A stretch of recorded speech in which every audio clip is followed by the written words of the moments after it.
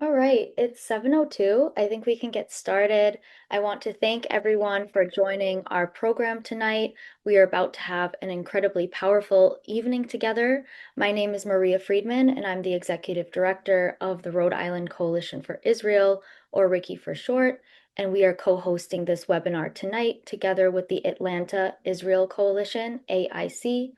Both of our organizations are grassroots nonprofits dedicated to combating Jew hatred or anti-Semitism, educating about Israel, and strengthening the alliance between the US and Israel. In addition to hearing these impactful stories, we're going to take collective action together by demanding accountability for Americans murdered abroad by terrorists, and we will be circulating those two petition links that will help us do just that. Before we hear from our panelists, I just want to give a few Zoom housekeeping tips.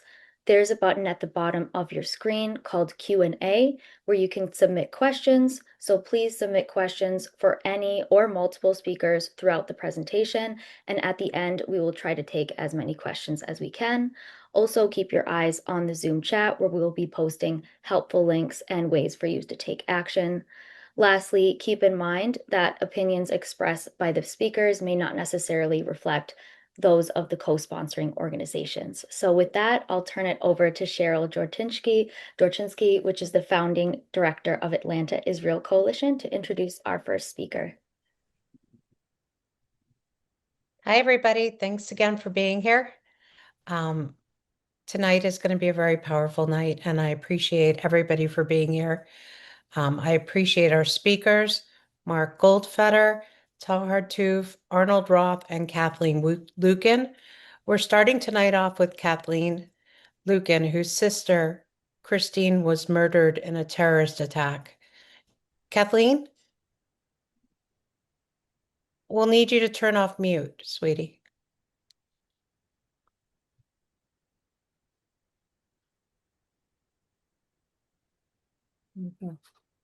Okay, can you hear me? Yes, thank Okay, you. thank you for having me tonight, Cheryl. I'm going to go ahead and read what I've written about my sister. As identical twins, saying we were close would be an understatement. We began life together in the womb with a bond deeper than others might imagine. Unbeknownst to my parents, at my sister's birth, suddenly 2 minutes later, there I was. Surprise! Christine was not surprised. We were cozy in the womb for 8 months, and it turned out to be just right. It wasn't crowded. We only weighed 3 pounds each. Our bond grew stronger day by day as we learned to talk and walk and even developed our own language. Almost all learning experiences and memories were made together. While a lot alike, God made us unique individuals with different fingerprints. Christine was a very passionate person with an intensity that was contagious and a smile to match it. As my dad always said, she and I never met a stranger. She easily connected with people and quickly made others feel at ease, seen, and valued, a real gift. She loved the Bible, horses, exercising, gardening, cooking, reading, languages, and a great love for all things outdoors. Christine was different, her values and what was important to her. She was happy and always full of encouragement. Her joy for God was contagious and overflowed onto all those around her. She enthusiastically introduced me to the lover of her soul, and several years later, I also said yes and I do, and joined her in this dance. We started a new journey together, even closer than our bond as twin sisters, now sisters in Jesus. When Christine began to learn about the Jewish roots of her Christian faith, another seismic shift occurred in her life. The Bible came alive to her in a way she had never experienced before. The more she learned, the more she wanted to learn, and she was voracious. Christine absorbed all she could about the land of Israel and its people.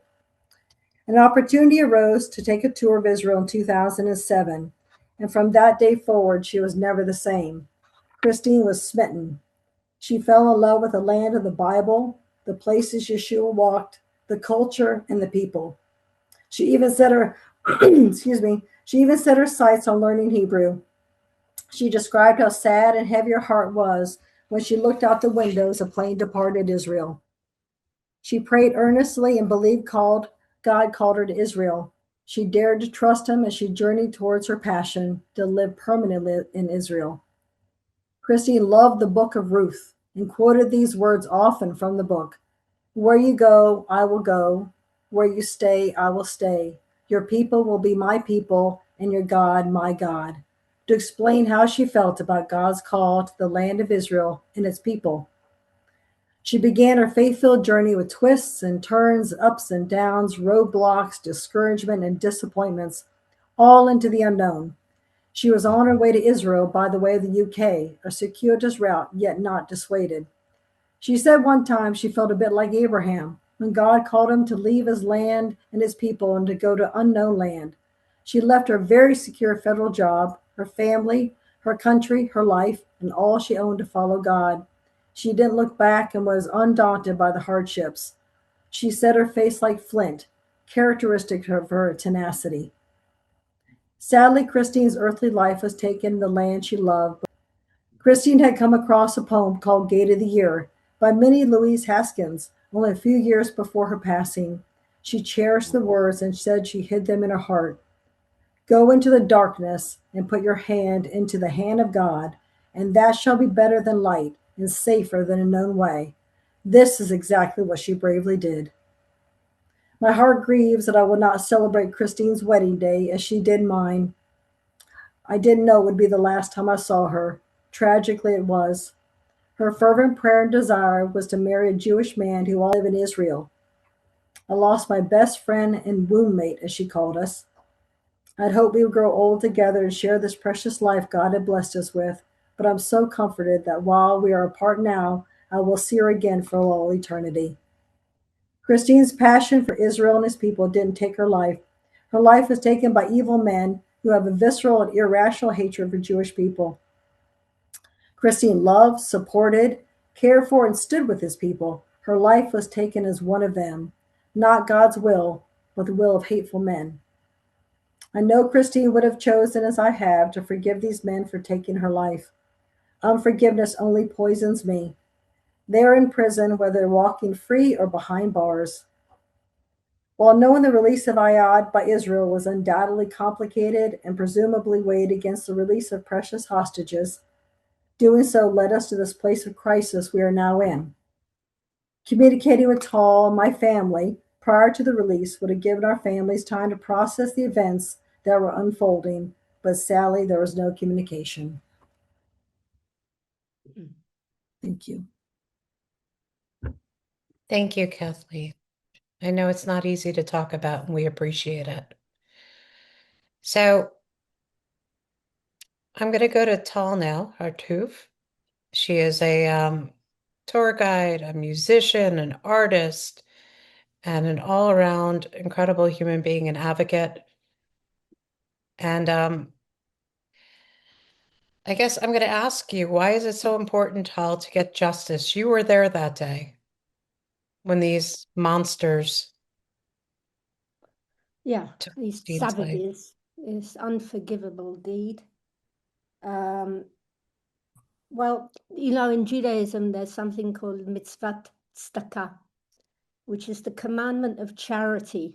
It's not really a very good word translation, but charity is taking care of your brother or sister financially, somebody who's struggling, to alleviate their suffering. And it doesn't come out of feeling good, I just want to be kind and compassionate. It's actually a moral obligation, regardless of what we feel. And I've always found it kind of fascinating that this word, tzedakah, in English, charity, is it's the same root, the same letters as the word justice in Hebrew. And I'm thinking, one of the kindest, most alleviating things, helpful things you can do for certainly somebody. I'm not speaking for anyone else here, I'm speaking for myself. One of the most important things that can be done to alleviate my mental anguish is justice. And justice in that sense is kind, it's good, it's sweet, it's righteous, it's the right thing to do. And listening to Kathleen there, I mean, we really haven't spoken together about this life-changing event, except for on the 10-year memorial. And I felt like, I felt like my heart was being ripped out and then rubbed up and down on a cheese grater.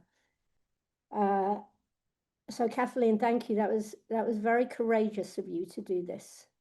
And while we're doing the thanks, Cheryl, thank you, and Atlantic Coalition, and also everyone who's bothered to turn up. I was scrolling through the names and very delighted to see some friends who've stood by me all these years. And if I think about it, then if I jot up, if I add up the amount of time I knew Christine, all right, I first met her when I was co-guiding a historical tour of Jewish life in pre-war Poland. It was an ecumenical tour. And as a tour guide, it's not ethical to hang around with everybody, individuals in the group, but I had a coffee with her on the last evening. So that's 2 hours. And it was then when I said, she said, oh, she wants to come to Israel. And I'm thinking, so I told her, yeah, come and stay, come for a long weekend. I'll be your tour guide. I could have done with the work. And I wanted to show her the alternative Israel, the hiking, the wineries, that kind of stuff. So we got 2 hours there. There were phone calls leading up to her visit. She arrived on the Friday night, very late, pretty much went to sleep and got up late. And I guess I was with her 6 hours that day before she was murdered. So if I, as I said, if I jot up the hours or the time I knew Christine, she had a conversation with her, it couldn't have been more than 12 hours. So I don't want to claim here, although I felt I lost a friend, I'm not going to go down the vicarious grief, the unimaginable grief that Kathleen is dealing with, which can be a fuel for good. But I think the fuel that is driving me to do this, not so much grief, it's, I was a victim of mind-blowing, unfathomable violence, and also mental torture in the forest that day, where your fate lies in the balance. And I was also witness to somebody who endured unfathomable violence and mental torture. So what's driven me here is not this overwhelming grief per se that a twin sister, an identical twin, would feel. It's rage. It's just rage at the sheer injustice of it all. Maria, I think we got a little 23-second video.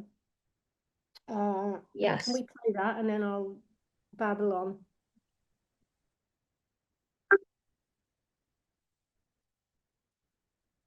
ليش جيتوا على المنطقة هاي؟ عشان نقتل. تقتل مين؟ يعود.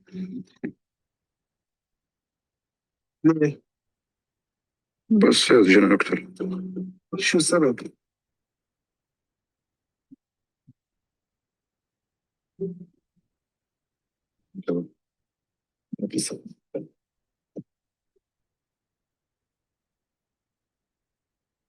Well, that's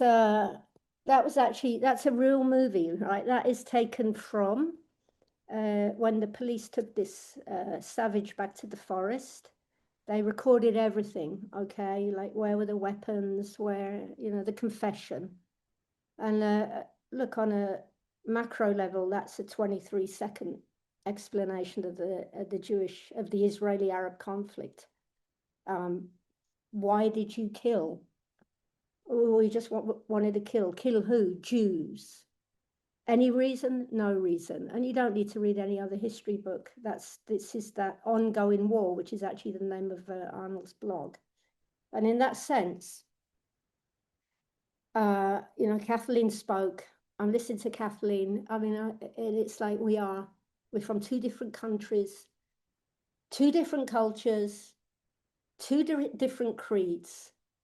Yet Christine, like Taylor Force, like these Thai workers on October the 7th, Christine's family, Kathleen's family, because of what happened to them, and despite the differences, there's a shared fate and destiny, really, that whether you like it or not, Kathleen, you and your family are tied up with the Jewish nation.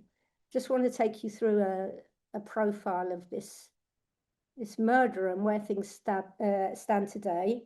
I'm not going to regurgitate what happened to me, but there are some details that you need to know for the sake of what I'm going to say. So we were attacked by 2 terrorists, one of whom I stabbed, and his DNA led to his apprehension. Okay, and his name is Iyad Fatafta, or as a good friend here on Zoom likes to say, Fathead. So Iyad Fatafta, and he was arrested very, very quickly after the murder, within 24 hours. And under a little bit of persuasive interrogation, he soon gave the name of his partner in crime, and they were both arrested very, very quickly.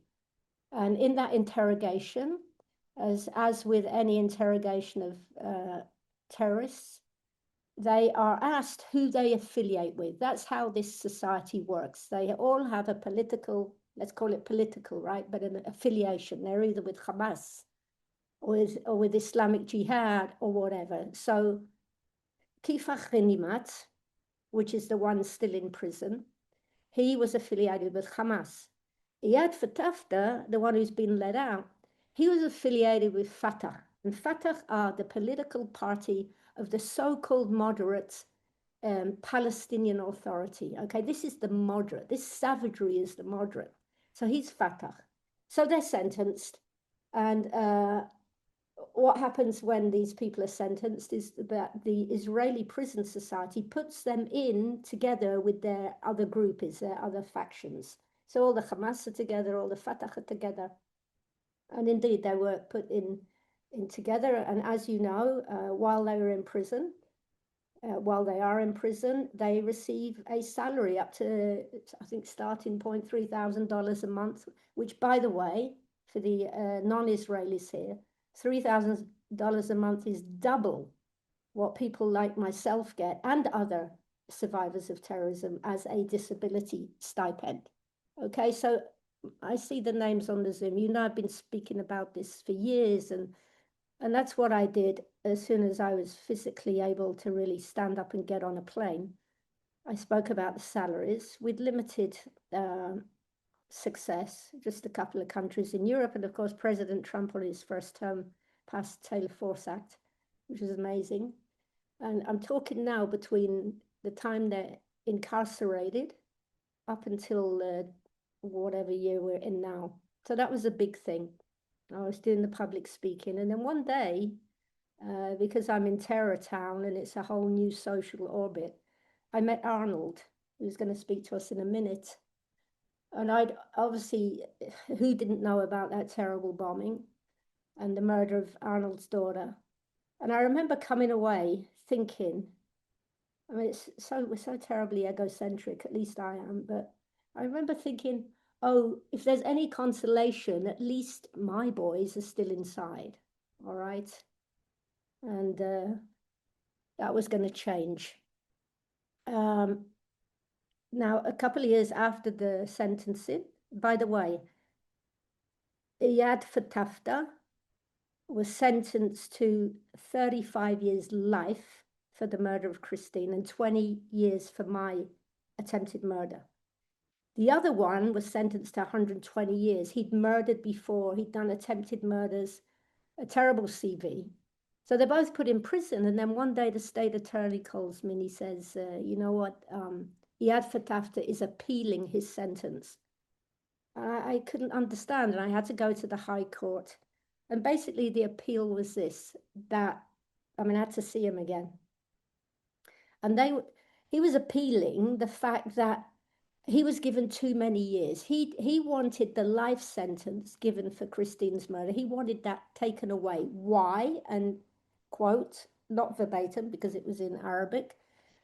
It wasn't fair because he had only stabbed the American a few times. They came back to ensure we were dead and they exchanged places. So he was contesting that he shouldn't have a life sentence because of the amount of times that he stabbed Christine. All right. Of course, that was thrown out of the High Court.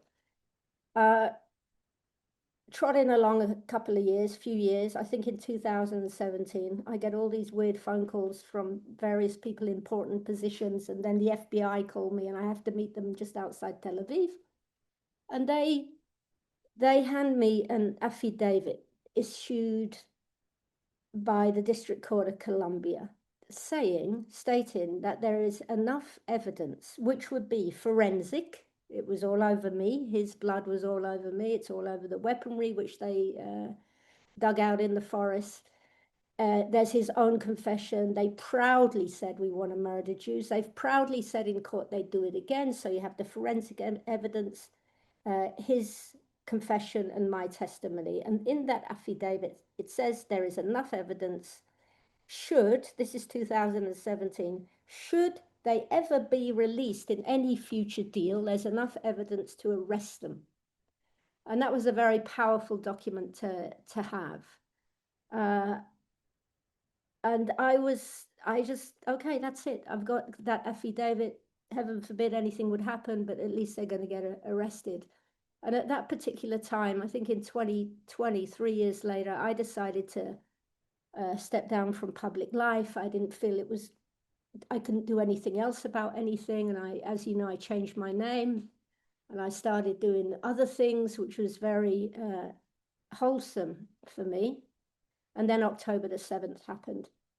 I'm not going to talk about that war, but just as a public speaker, apart from the shock of us all, I was listening to we call it in Hebrew Sbarro, our PR, and I'm thinking, this is a disaster. This is a disaster. And I managed to get on several international media, and my point was this, all right, and it's relevant here. One of the most terrible mistakes Israel did from a policy view is call it the war against Hamas, which is not true. We know that it was Hamas. We know it was Islamic Jihad. We know it was the PLFP.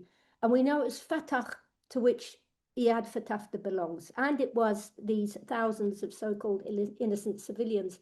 And I felt that if that's not addressed, the Palestinian Authority are being portrayed as moderates. And I know from the scars on my flesh that they are not moderate.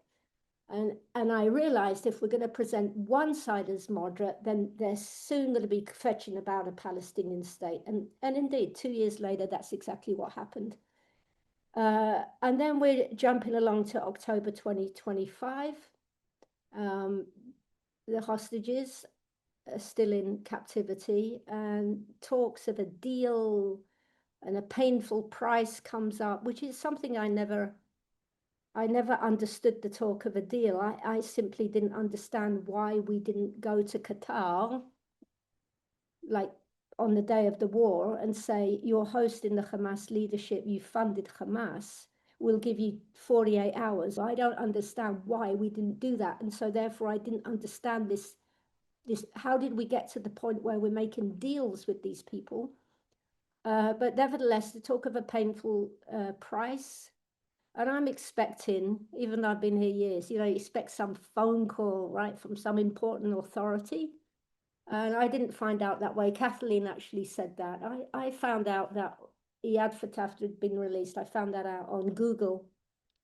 And then from there, I've been trying to trace him. I know they were hosted, all of them were hosted free of charge at the Marriott Hotel in Egypt. If you stay in hotels, please boycott the Marriott. I found his brother's Facebook post where in the hotel he's gloating about what he did. And just look at him again, it was like that line from Paradise Lost, where John Milton says, darkness visible. And that's what it felt like. And by hook and by crook, I managed to get an email of the Deputy Assistant for the President and Senior Director for Counterterrorism, Dr. Sebastian Gorka. I sent him all the files and he was amazing. He answered within 48 hours. That was back in October. And then I emailed again. The waiting period was a bit longer.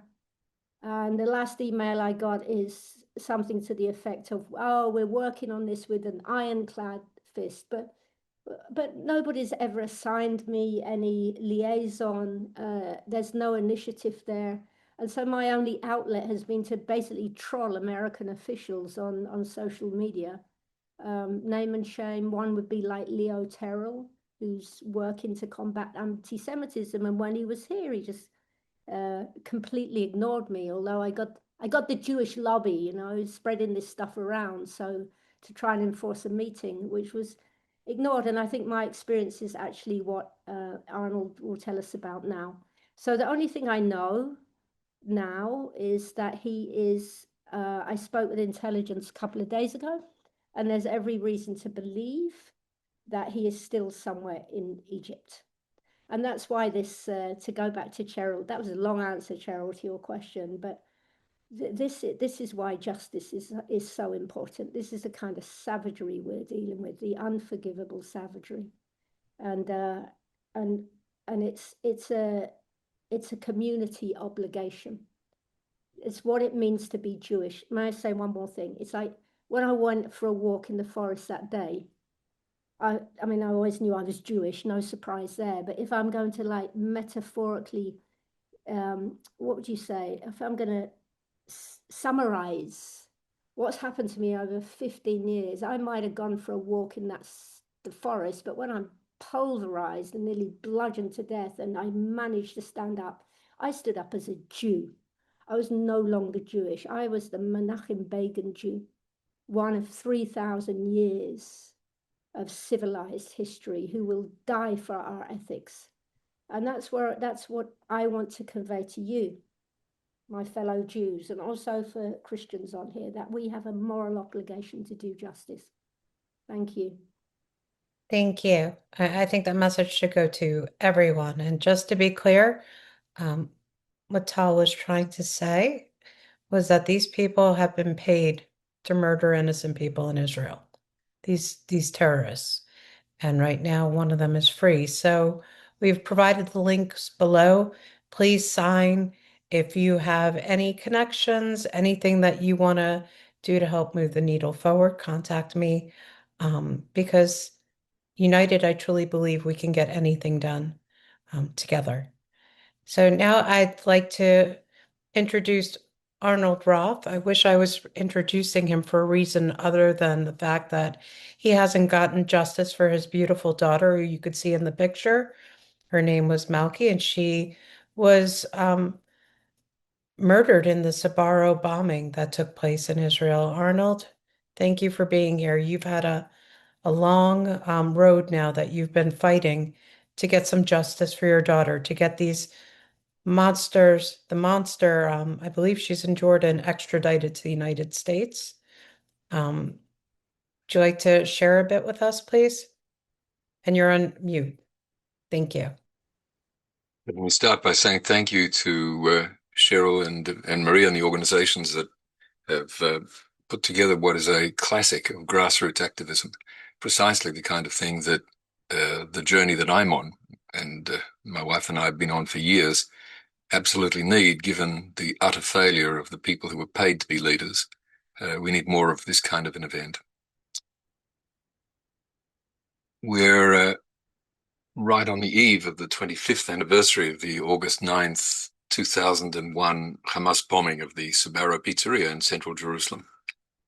And I'm sitting here at this, I have to say, uncomfortable hour. For those who are not tuned into the realities of the Middle East, it's 2:30 in the morning here. And I'm here to address the continuing failure of the United States to secure justice for its own citizens murdered in that attack. 2 decades of seeking accountability have passed by. Brave statements from Washington insiders notwithstanding, justice remains scandalously withheld.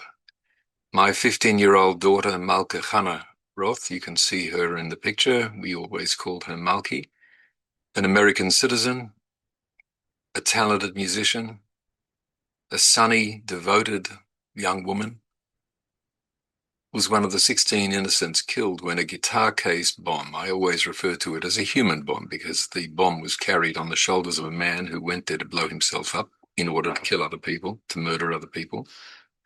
Guitar case bomb packed with explosives and nails detonated in the crowded restaurant during the summer vacation. 3 Americans died, including Malki, and dozens more were maimed.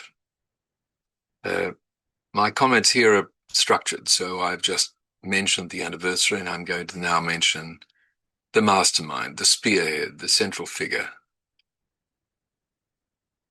The mastermind is the preferred definition that I use of the bombing, dispatched and equipped by Hamas. She was their very first female terrorist, was Ahlam Tamimi, then a 21-year-old Jordanian student and part-time television newsreader. She scouted Jerusalem's streets in advance, seeking and selecting a target as filled as possible with Jewish children. That was her mission. Tamimi then personally escorted the human bomb, a young, freshly religious zealot with an explosives-filled guitar case, to Jerusalem from their starting point in the Fatah stronghold city of Ramallah into bustling Jerusalem, and then by foot to the busy pizzeria in the heart of the city. On television and on the internet, she's recreated with glee the key moments, how her media pass and their Western-style clothing got them past the security check on the road into Jerusalem, on how she told her human bomb to walk inside the utterly unsecured pizza place, no guards in those days, and to busy himself with studying the menu for a minute or two so she could get safely away. About how the car radio inside the taxi van she took to get back to Ramallah reported on the rising death toll, starting with terribly small numbers of dead, and then to the joy of the other passengers, a larger toll, one to be really proud of. She ended the day being the main newsreader on an Arab TV station called Al Istiqlal, where she struggled not to show her immense pride, reading the reports of the carnage in a TV moment perhaps unique in history, a massacre reported out of the mouth of the person who personally carried it out. I have the video. Tamimi has lived openly in Amman, the capital of Jordan, since 2011. For years, she hosted a weekly television program from there, engineered to be her personal platform, beamed throughout the Arab world from Jordan, which many of you will know exercises some of the tightest, most restrictive media policies in the world. Nothing goes to air ever without prior approval of the regime that owns and runs the kingdom. Tamimi's weekly show, whose Arabic name translates to Breezes of the Free, sounds like afternoon television in the United States, unabashedly celebrated terror, terrorists, and anti-Israel, anti-Jewish savagery. She was its face for 5 years. She still appears in the Jordanian media today, an icon and a celebrity, whose role in the atrocity continues to be depicted as heroic resistance, an ongoing inspiration to proud, ambitious, young Jordanians. Her role, her fame, her murderous influence, all of these have never once been condemned or even criticized by any voices of Jordan's government. Because I'm working to a very tight number of minutes of speaking and then shutting up, I'll skip the part where all over the world I keep hearing people say, Jordan, why? They are our moderate partners in the Middle East. Jordan, they're a bright light in the desert. Jordan, they're led by enlightened people, people you can get along with, people you can interview on CNN and feel good about it afterwards. That's the Jordan I'm talking about. Let me move to what getting justice done means. In 2013, and here I'll skip my own role in this, which was actually quite central, the US Department of Justice issued criminal charges against Tamimi for conspiring to murder Americans. Those charges were never notified to us and were immediately sealed. I've used the word sealed a lot of times, and I know the blank look that comes over audiences. So I always hasten to explain that sealed means it was kept secret. No one knew about it. I didn't know about it. The government didn't know about it. The Congress, where I spoke, giving testimony to a committee dealing with national security, didn't know about it. No one knew about it. Only in 2017 were the charges unsealed, and she was immediately named an FBI most wanted terrorist with a $5 million reward on her head. Again, since I'm a little bit ahead of my budget here in terms of time, I want everyone to at least think, because you can't yell out the answer as you could in a room, how many FBI most wanted terrorists there are in the whole world at this moment. People have told me 5,000, but it's 22, and there's only one woman, and it's her. So she's not only an FBI most wanted terrorist, but she also has, and this is somewhat counterintuitive, a $5 million reward on her head. I say counterintuitive because if we have a central address for our problems in the United States, it's at the State Department, and it's the State Department that issued the reward. On the other hand, true to the rough experience, the really unbearable and unjustifiable experience that my wife and I have had at the hands of the State Department, no one at the State Department has ever spoken to us about that reward. I left messages there in 2017, and I'm sure they're going to get back to me now any day. In 2017, the charges were then unsealed, and less than a week later, a Jordanian appellate court ruled that a technical failure by Jordan, this is a Jordanian court ruling that a technical failure by its own country meant that the kingdom's Keystone Treaty with the United States, dating back to 1995 and the Clinton administration, had been invalid and was still invalid, even though Jordan could have fixed the technical problem every day and still can today. That technical problem meant that even though Jordan had repeatedly extradited terrorists to the United States, including terrorists who are still in prison in the United States today, they couldn't do it in this case. And this case is really just the same as all the others, if you ignore the fact that this case is all about Jewish children. They could have fixed the technical problem every day and still can today. No media has ever reported that. It's a legal conclusion, the decision of the appellate court. They call it the Court of Cassation in Jordan.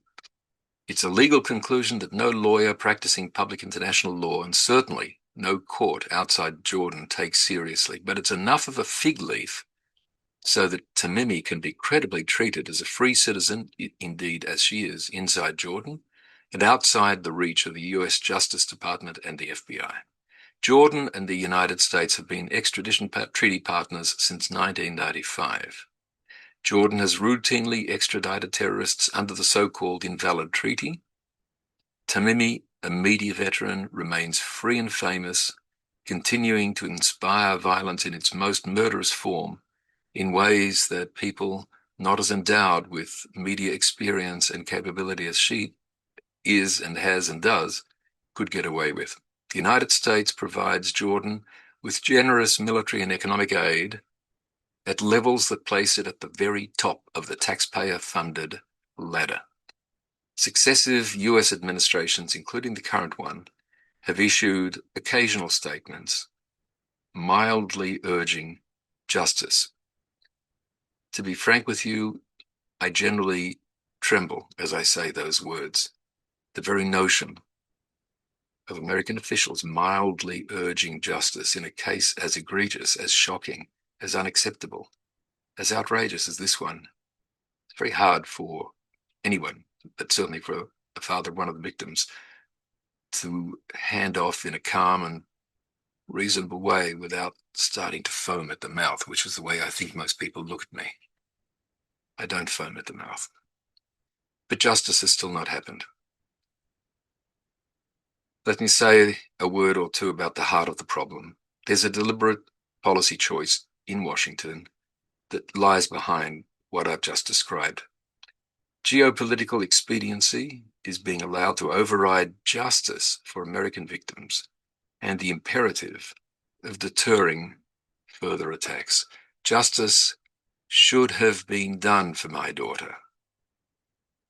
It's been defeated. That's the right word.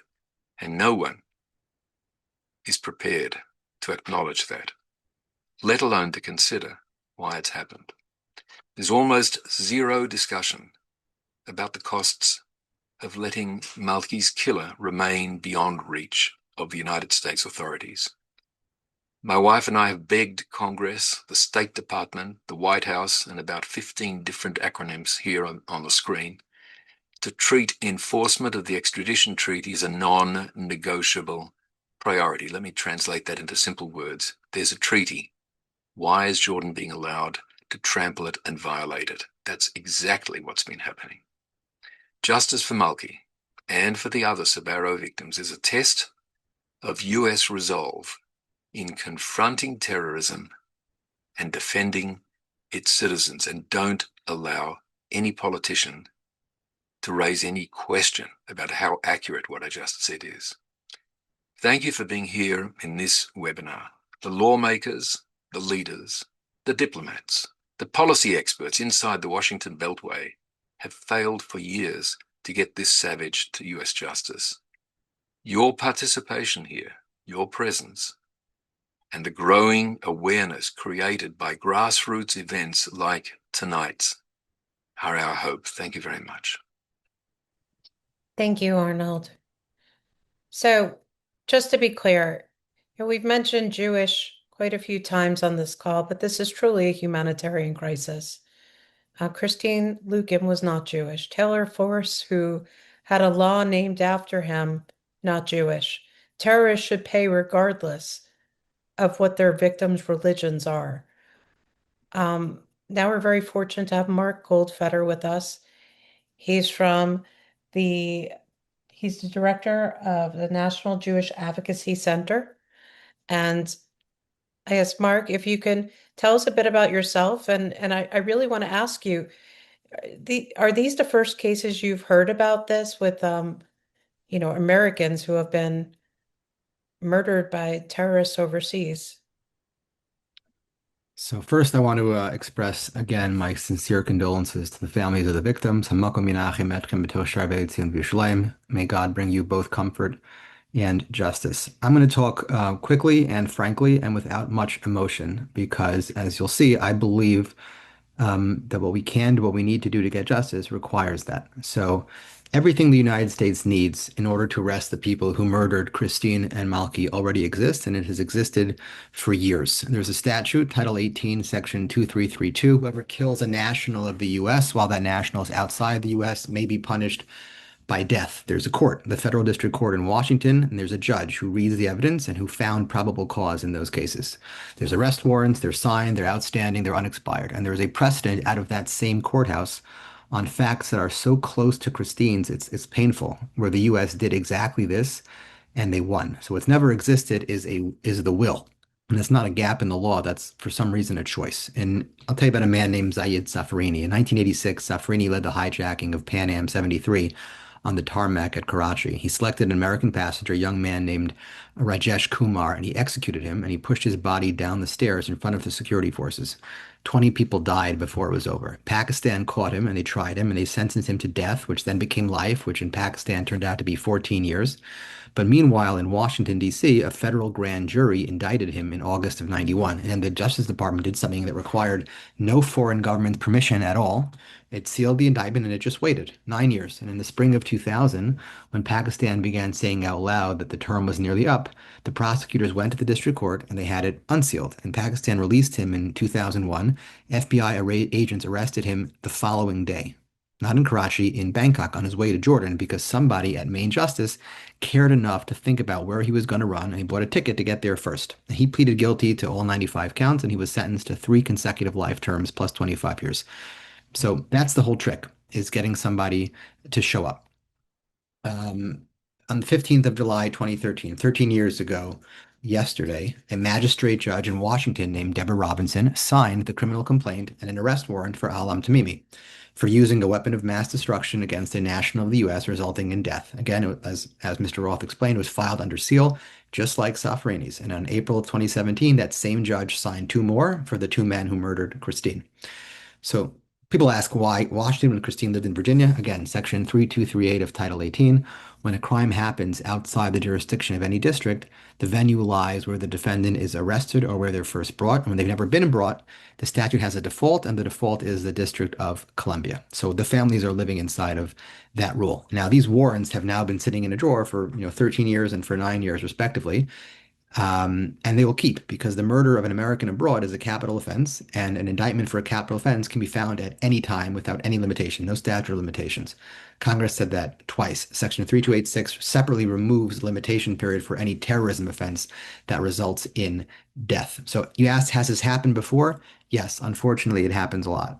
Robert Stedham was a Navy diver who was beaten to death and dumped on the tarmac at Beirut in 1985. His killer was tried in Germany, served 19 years, and went home to Lebanon in 2005 and has never been inside of an American courtroom.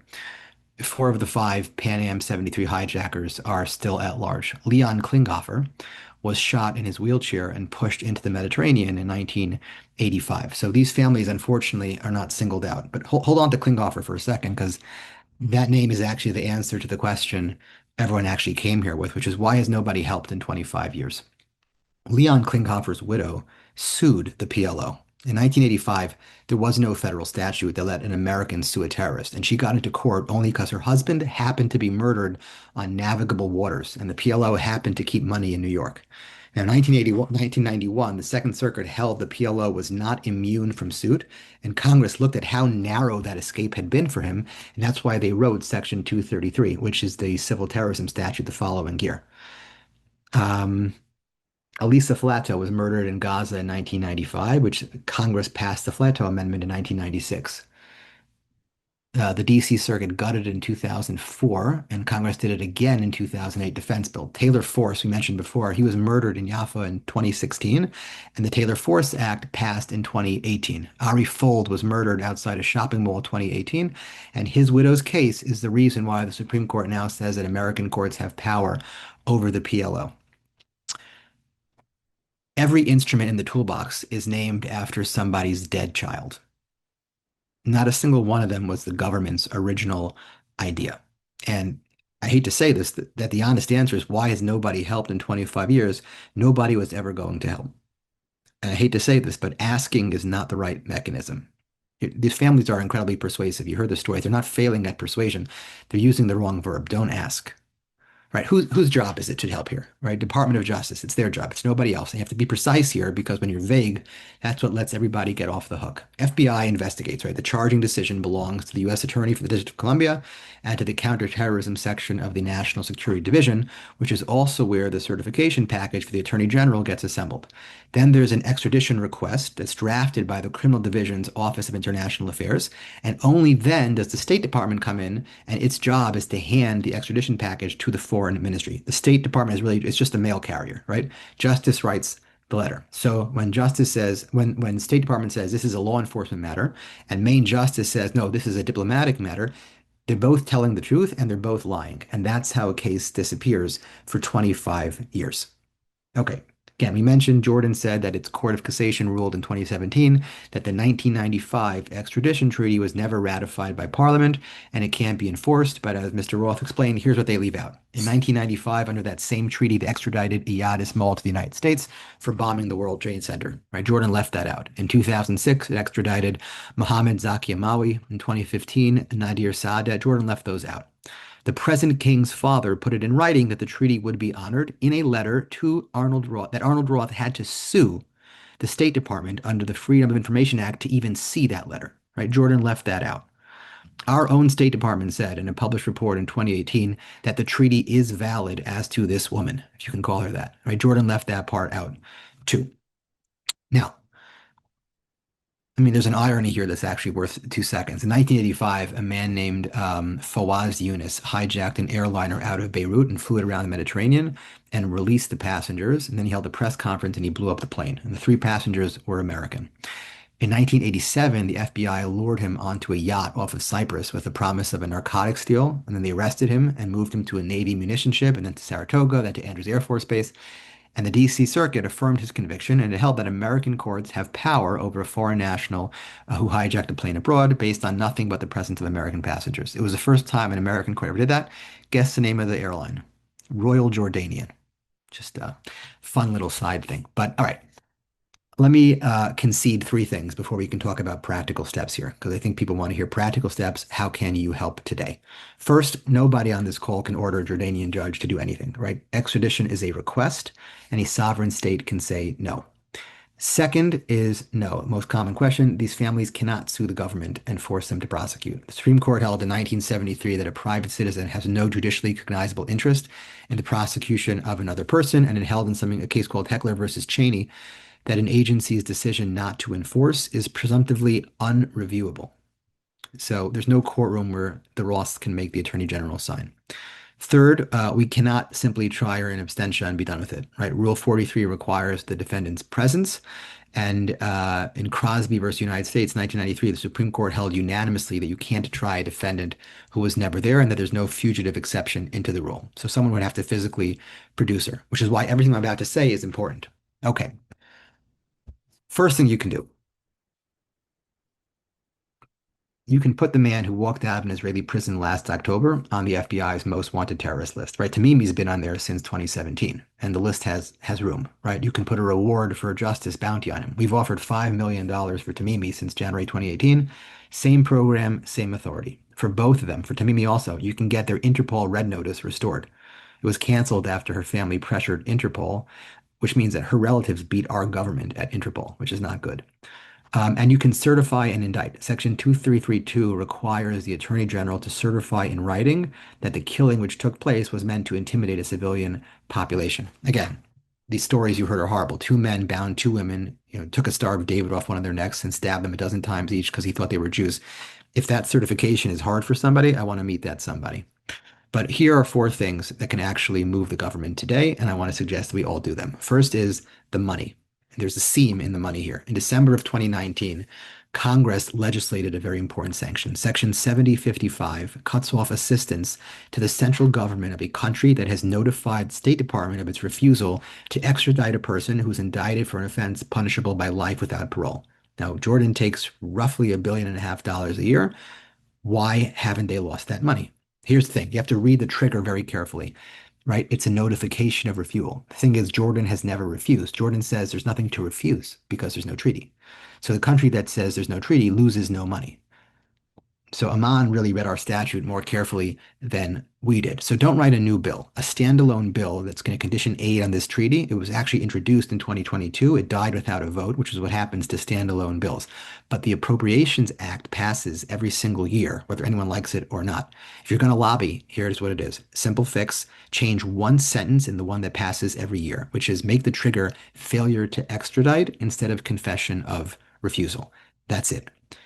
Two of the four, the nomination process. This has already worked once. It's the only time in 25 years that the U.S. government told the truth about this in writing. In 2020, Senator Cruz sent written questions to the nominee for the ambassador to Jordan. And the State Department answered that the United States has multiple options and different types of leverage to secure Tamimi's extradition, and that our generosity to Jordan in military financing and economic support is carefully calibrated, right? When they asked whether the aid is part of that leverage, the nominee said he would explore all options. That sentence exists because this man needed 51 votes. That's it. Every State Department nominee that is touching the Near East or counterterrorism or the legal advisor's office, right? That's a hearing where somebody needs to answer this question on the record, right? You need one senator, one hold, no floor time, no co-sponsors, no veto to override it. Get one senator each time.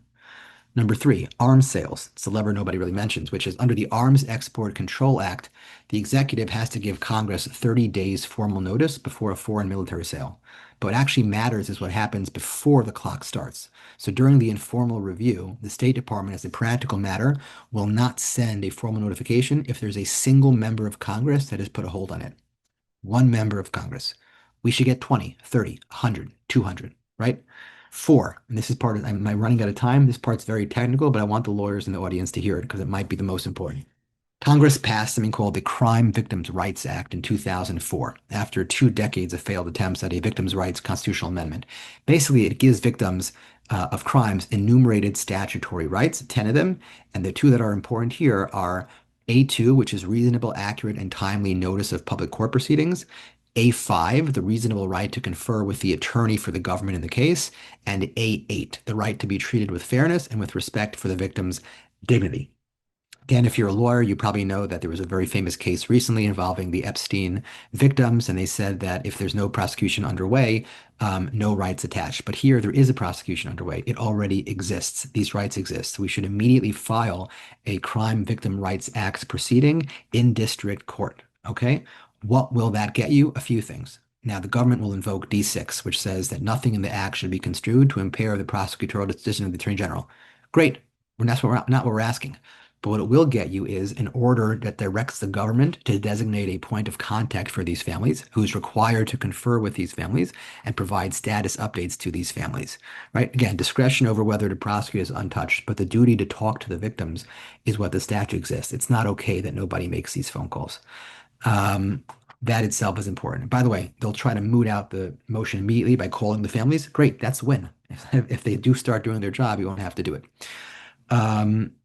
I want to answer very, very quickly two other questions which often come up in this, which is some of these people were already tried and convicted elsewhere, right? So that's the most common objection. It's the one the defendant himself makes. Ayad Fatah's brother told the Associated Press in 2017 that the crime took place in Israel and the trial took place in Israel, and that's enough. So isn't it double jeopardy here?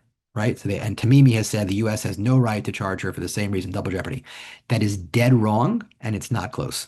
The double jeopardy clause bars a second prosecution by the same sovereign. Israel is not the United States, period. There's much more you can say about that, but I'll just skip. Pay for slay. We mentioned the fact that, the man who hurt Tal walked out of prison a wealthy man because he'd been collecting a stipend the entire time he was in prison. That stipend is why an American court now has power over the people who paid it, right? They financed their own jurisdiction. Supreme Court held 9-0 that Congress is entitled to build a statute this way because those payments are conduct that have a meaningful relationship with the United States. So the short answer is this. We have spent 25 years trying to change Jordan's mind. It's the wrong way. Change Jordan's arithmetic, right? Focusing on the money and their ability to appoint and to nominate ambassadors, etc.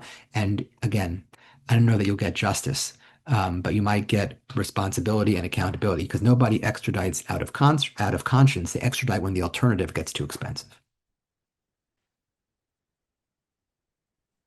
Thank you, Mark. Wow, you answered any questions I had coming up.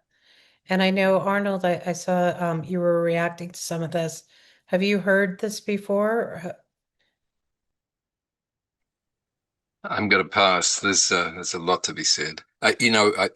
Since you've already given me an opening, let me just say, when Mark talks about people making the double jeopardy argument, I want to put it on the record here that one of those is King Abdullah II himself, who has said numerous times in public, but there's double jeopardy. It's one of a long list of self-excusing public statements that no one ever challenges. But I've got a lot to say about what Marcus said, but obviously this isn't the place. Okay. But I thank him very much. His presentation was outstanding. Yes, truly do appreciate it. And I forgot to mention that Mark is a rabbi also, which is why he was able to recite that beautiful prayer right when he came on. So thank you for that, Mark.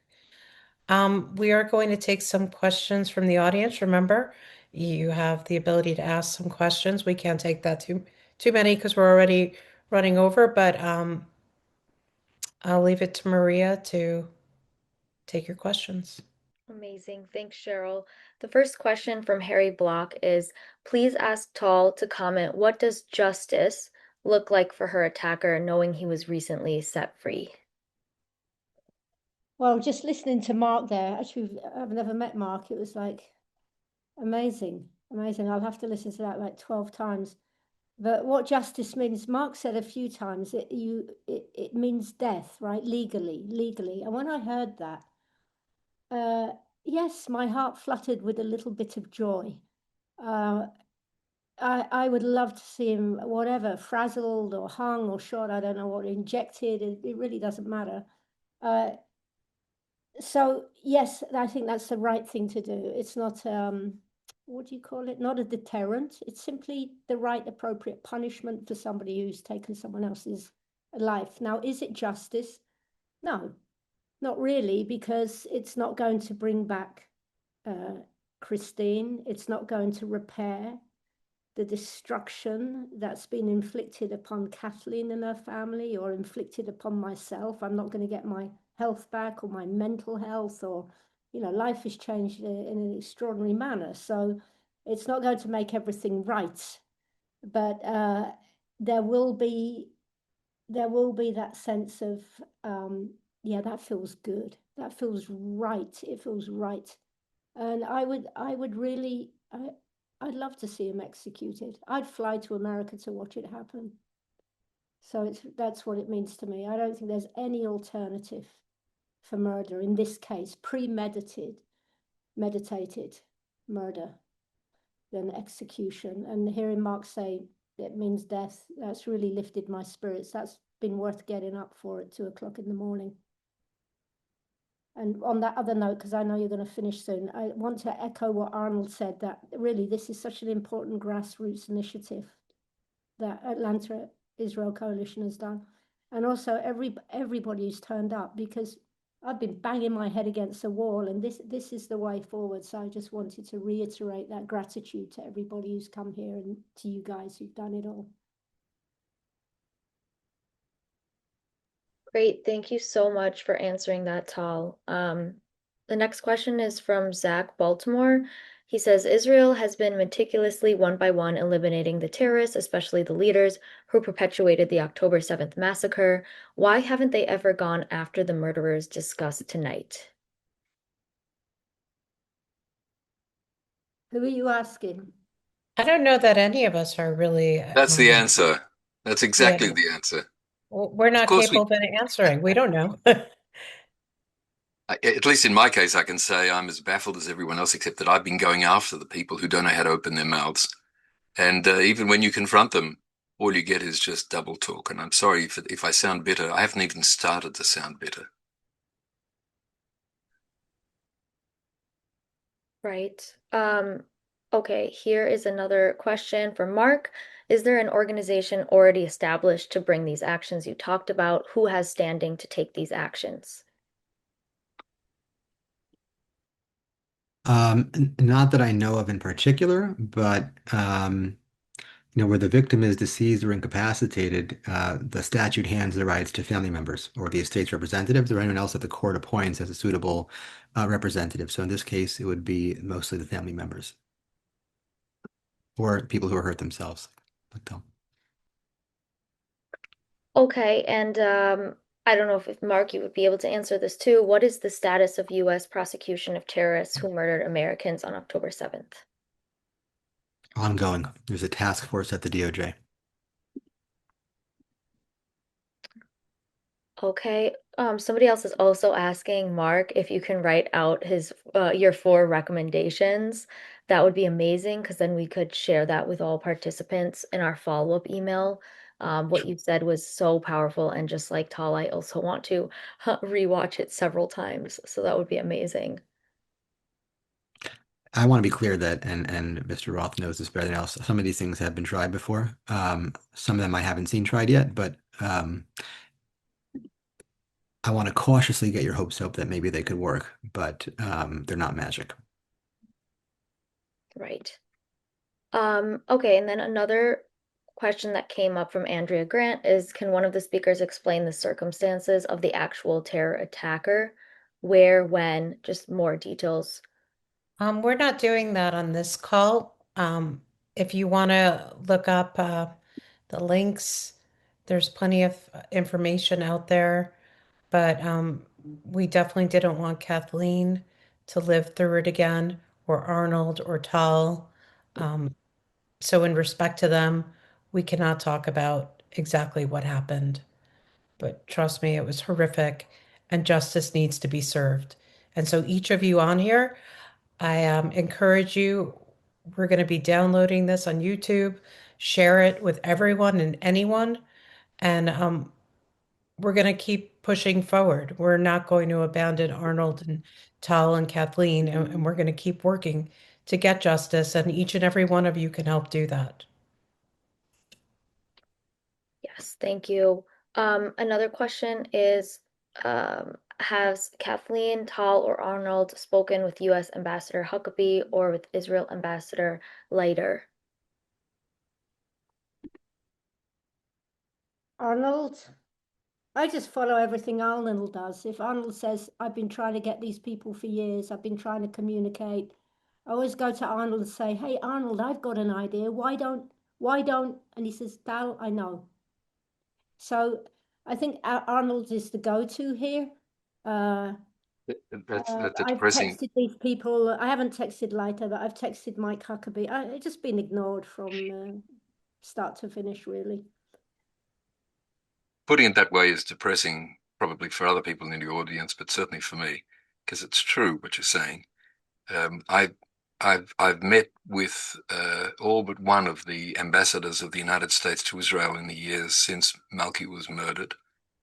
Most of those meetings, and eventually when I write the opera, because eventually I'm going to write the opera, I'm going to name names and say how appalling those experiences were. Appalling doesn't even get to it. Soul destroying, sitting there in the presence of people who are diplomats in the service of the United States. And the details I'm really going to leave. But Freeman and I met with, Freeman is my wife, met with Ambassador Huckabee about a year ago now. And like all diplomats, he expressed himself articulately and warmly. Unlike the other diplomats, he actually followed up. It's an ongoing process, but it's been refreshing to be in the company of someone who actually has done a few things and has given us the sense that there's more to come. I can't emphasize enough how the real hallmark of an experience like this is loneliness, isolation. Now, I speak as well, people will wonder at the liberty I take at mentioning this, but my wife and I have a very disabled child who's not a little baby anymore. She's 31 years old. And the organization that we created when Malki was murdered was illuminated by the experience we had with that child. Her name is Chaya. The hallmark of raising a child with severe disabilities is loneliness, isolation, lack of support, running into brick walls. And it's highly parallel to what came later in our lives when we were trying to get and continue to be trying to get justice for our Malki. I should also mention that one of Malki's sisters became a widow 2 years ago when her husband fell fighting the very same monsters, Hamas, in this case in Gaza, who took Malki's life. All of those experiences, as much as we link arms with each other and say we're all in this together, we're not. In the nature of things, we're not in anything together. We sometimes overlap in some of our experiences, but at the end, we all go home and we sit down, and normally at 3 o'clock in the morning, which is what it is here now, we're left to our own thoughts. And often those thoughts are sometimes paralyzing, but more often very painful and cause the walls to sort of close in on you. I'm not saying anything in the name of the other participants here when I say this, but I doubt very much whether my experience and the way I'm saying it is very different from theirs. I'm saying all of those things because the combination of the loneliness and the reality that we're in this alone and no one is really helping, and people who are not helping are very often people who, I like to do that gesture. I call that the bomber, the jungle boy, chest beating. We're surrounded by people who are bomber, who are beating their breast and saying, "Wow, justice, the American way. Wow, getting at terrorists. Wow, no one does it bigger and better than our administration." That kind of performance is sickening. Because the reality, and I'm here to say what the reality is, and eventually, as I joke, I'm going to write the opera, which really means I'm going to start naming names, is a very difficult experience. Don't the people on the other side understand that they're making complete jackasses of themselves? Do they think that we're illiterate, that we don't talk to people, we don't have the ability to put two and two together and arrive at conclusions that say this person is an idiot? And I'm here to tell you, no, a lot of them don't make that calculation and leave us wondering why we've wasted our time meeting with idiots. Now, not everybody I've been dealing with, I have to say, is an idiot. A very large number of them are, and almost all of them are people who really don't care about the things that they say they care about. We're there to talk about justice. Very rarely does the conversation, the dialogue, the experience lead in the direction of justice. People can make of that whatever they want. I have no shortage of energy in wanting to talk about this to any audience that will tolerate my presence. And the 25th anniversary is certainly one of those things that media people call a hook. When I've been rejected all along the way by all the major newspapers, all the major TV and other media in the United States, everyone says, oh, when there's a hook, we'll talk to you. Well, we're in the hook period right now. And I really do want people to hear the kinds of things that I've been inflicting on you, the audience here tonight, dealing with idiots, people who should be doing things who don't do things, leaving the victims to their own devices, to their own resolution of these terribly weighty issues. It's a cruel outcome. It's a punishment of unusual dimensions. And that's what the three of us, those of us who have experienced loss in a personal way, along with the tens of thousands of others who have had parallel experiences, are sentenced to undergo pretty much every day of our lives. I want to just mention one final thing here before I stop this rant. We have a petition. There are over 30,000 names on that petition. I wish that there were 30 million names on the petition, because then I wouldn't get the looks of pity and disdain that I get when I meet with American politicians. I'd like to throw it on the desk and say, here's 30 million people who've said, you people have wasted everybody's time. You should have been doing what's in this petition. Now do it. But we have 30,000 names. Everybody on this call can, and I hope will, sign the petition. There's nothing political about it. It simply calls to action the State Department of the United States, which has the particular burden of carrying this into the world of diplomacy. As for the Department of Justice, we're not calling on them to do anything, but we have and always have had an open channel to the Department of Justice. But please sign the petition. Do we have the address here on the screen? I just haven't seen it. Otherwise, I'll just read it out.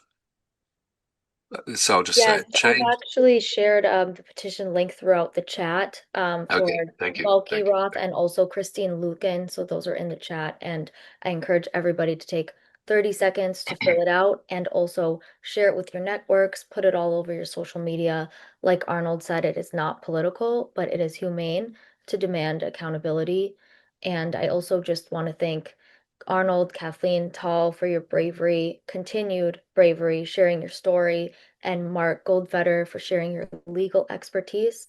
And I also want to especially thank the community partner organizations who helped make this event possible and promote it. We will be sure to share the webinar recording and helpful links with all registrants. And thank you everyone so much. I'll turn it over to Cheryl for any final words. So I want to just say that, Arnold, I never, ever could imagine. So you're absolutely right. We are not all in this together, but I am here. And anything I can do for any of you, I promise I'm here for you. We are not ending this today with this call. We're continuing. And you, the viewer, if you're listening, which I hope you are, not only sign the petition, talk to your officials, ask them what they think. Have they heard of it? Make sure you keep bringing this up, because Christine and Malki, they deserve to be remembered and fought for. They really do. And each of you have the opportunity to do that. If you have connections in the media, Arnold has just offered to speak to them. I know Tal would be happy to speak to anyone, just to make sure that people are aware of what's been going on. the reality is, if there are no consequences, the terrifying thought is that there's no reason for this nightmare to end. Americans should be protected by our government, and we need to hold them accountable to do so. So thank you all for joining, and thank you everyone for being here. And I wish you a good night. Until the next time, thank you.